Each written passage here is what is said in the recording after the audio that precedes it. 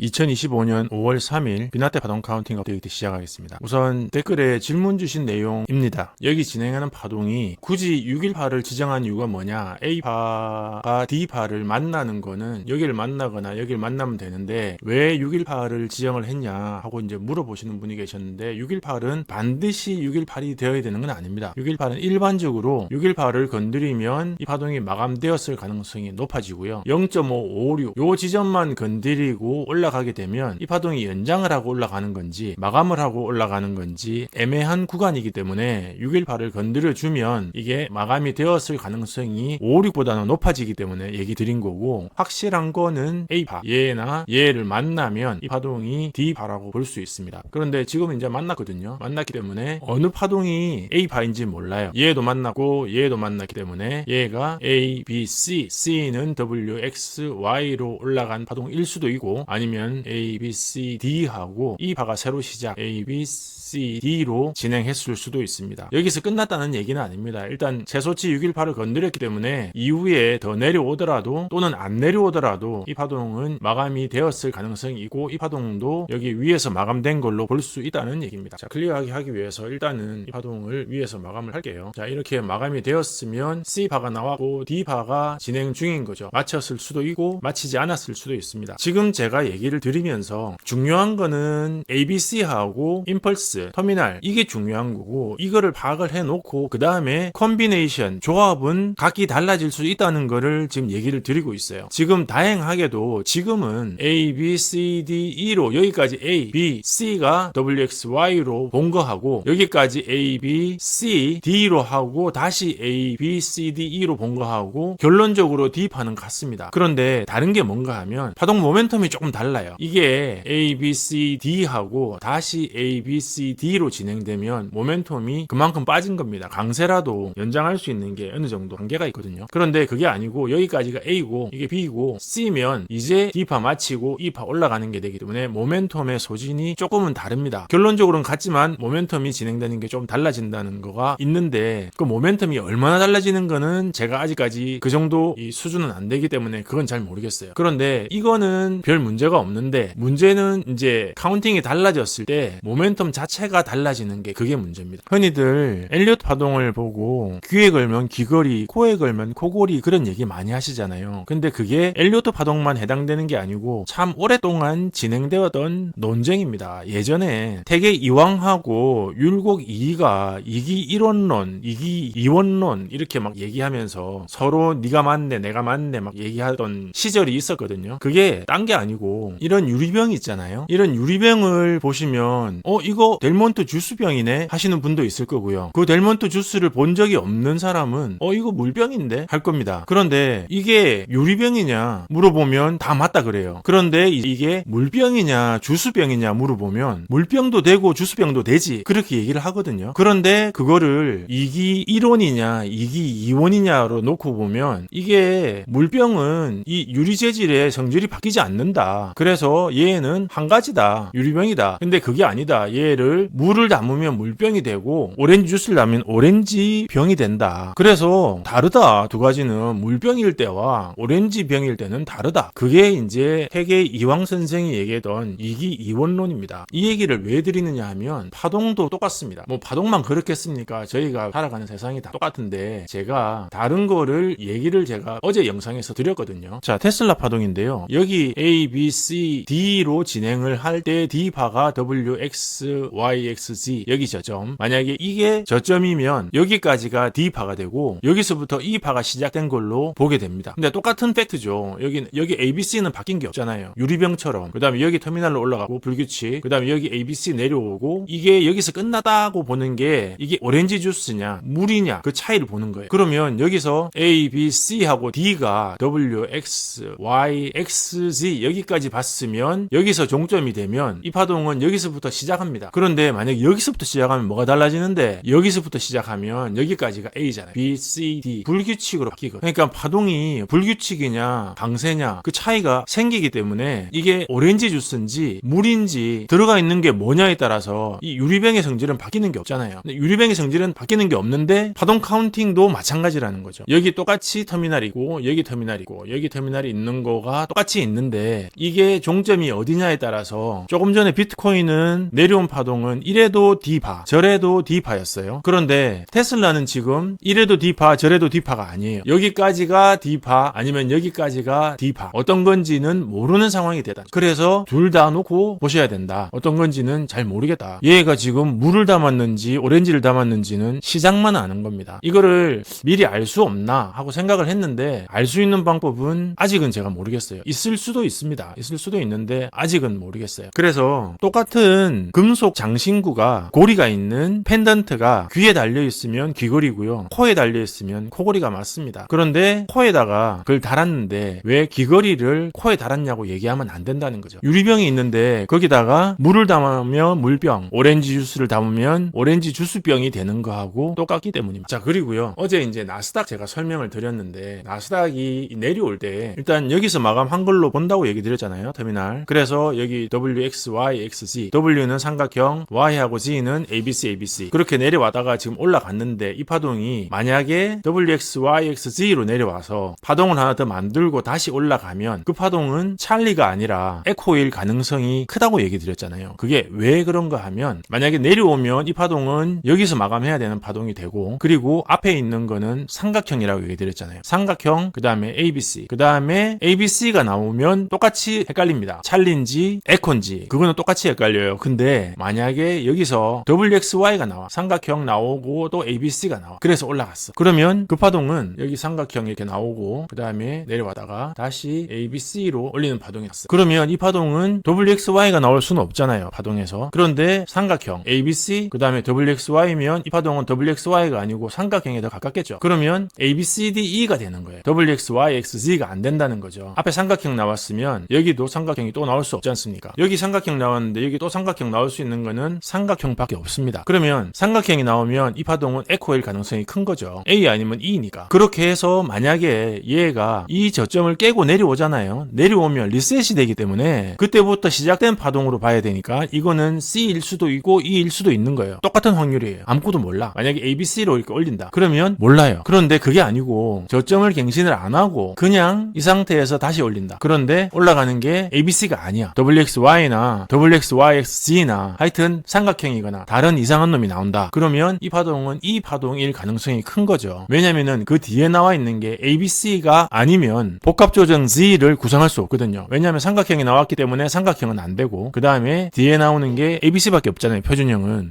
두 가지밖에 없으니까 ABC나 ABCDE밖에 없으니까. 그러면 만약에 뒤에 ABC가 아니다. 그러면 이 파동은 삼각형의 E파일 가능성이 아주 많아지는 거죠. 똑같이 ABC로 올라가면 그건 모릅니다. 그런데 ABC가 아니고 WXY나 WXYXZ나 뭐 이런 게 나온다. 그러면 걔는 E파라고 봐야 되는 거죠. 그 얘기를 드린 겁니다. 만약에 이 저점을 깨고 내려오면 앞에 있던 게 다 리셋이 되기 때문에 상관이 없어요. 그런데 이 저점을 안 깨고 만약에 내려왔다가 그냥 올라간다. 그러면 E파일 가능성이 많으니까 그러면 그 다음에 무슨 사단이 날 가능성이 있다. 그렇게 봐야 될 것 같다는 얘기를 드린 겁니다. 그러니까 이게 엘리엇 파동이 아무 짝에도 쓸모없는 게 아니고 파동을 보면 나올 수 있는 파동이 있고 나올 수 없는 파동이 있기 때문에 전체적인 흐름에 지금 맥락을 잡을 수 있다는 거죠. 그래서 제가 터미널 잘 잡으셔야 된다. 그리고 ABC 카운팅 잘 하셔야 된다. 그래 놓으면 이게 해석이 여러 가지로 바뀔 수가 있다. 하지만 터미널은 안 바뀌고 ABC는 물론 ABC가 ABC 이래 만들고 나서 또 B파 만들고 다시 C가 나오면 ABC가 되죠. ABC, BC가 되죠. 여기 ABC, BC가 되죠. 이 C파 길이가 382만 넘으면 이게 되거든요. 안 넘으면 또 ABC가 되니까 WXY가 되는 거고. 복합조정은 원래 그런 원리지 않습니까? 그 원리를 알고 계시면 여러 가지로 카운팅이 된다는 걸 알게 되는 겁니다. 그렇게 여러 가지로 카운팅이 되는 경우의 수를 쭉 놓고 보면 점점 지워나갈 수 있는 거고 그걸 지워나가다 보면 파동이 어떤 파동으로 진행되는지 알 수 있다는 거예요. 제가 다 알고 있다는 얘기가 아니고 알 수 있다는 겁니다. 저도 다 모르죠. 하지만 자꾸 보다 보면 그게 보입니다. 그래서 제가 공부방에 계신 분들한테 터미널이 어딘지 알려드리고 카운팅을 어떻게 했는지 알려드리는 거는 그 다음에 조합, 짜집기, 파동의 맥락을 파악하는 거는 각자 해보실 수 있도록 제가 알려드리는 거예요. 그거를 각자 해볼 수 있게 파악을 하셔야 돼. 그래야지 각자의 판단을 할 수 있거든요. 그런데 이 파동은 전혀 보지 않고 제가 마지막에 예측한 거 이만저만해서 여기는 내려올 것 같다. 만약에 그게 아니면 이 올라가는 파동은 이 파는 아니다 하고 얘기했는데 여기 저점을 깨고 내려올 것 같다만 들으시면 그건 예측 예측만 들으시는 거예요. 그래서 예측만 듣는 거 하지 마시고 앞에 있는 팩트, 이게 유리병인지 스테인리스인지 그거는 먼저 구별은 해야죠. 스테인리스로 되었는데 그거를 안에 뭐가 들는지 안 보이잖아요. 그러면 이거 오렌지 주스병인지 물병인지 모릅니다. 이게 터미널인지 아닌지, 이게 ABC인지 ABCD인지 그거를 알아야 그 다음에 이 파동을 보고 맥락을 파악을 할 수 있는 겁니다. 그래서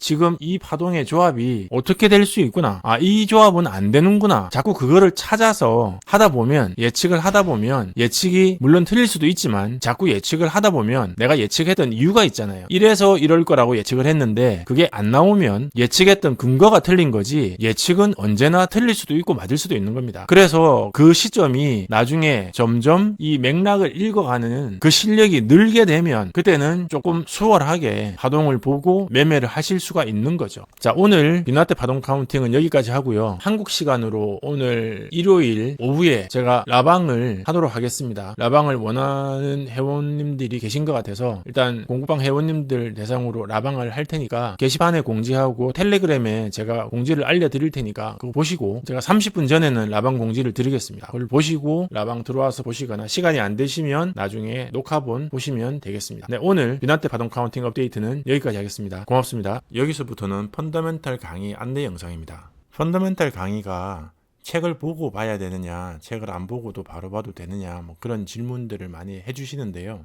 제가 알고 있는 몇몇 분은 책과 펀더멘탈을 동시에 시작하신 분들이 꽤 계십니다. 그런데 지금 5초봉 카운팅 하시고 파동 카운팅을 5연장 터미널 그 컨셉을 다 이해를 하고 계신 분들이 많이 계시기 때문에 펀더멘탈 강의를 보실 때 책을 보시고 보시면 더 좋지만, 그렇지 않더라도 생각보다 쉽게 이해를 하시는 분들이 많으시니까 너무 망설이지 마시고 궁금한 게 있으시면 시간을 내서 시작을 해 보시라고 권해드립니다.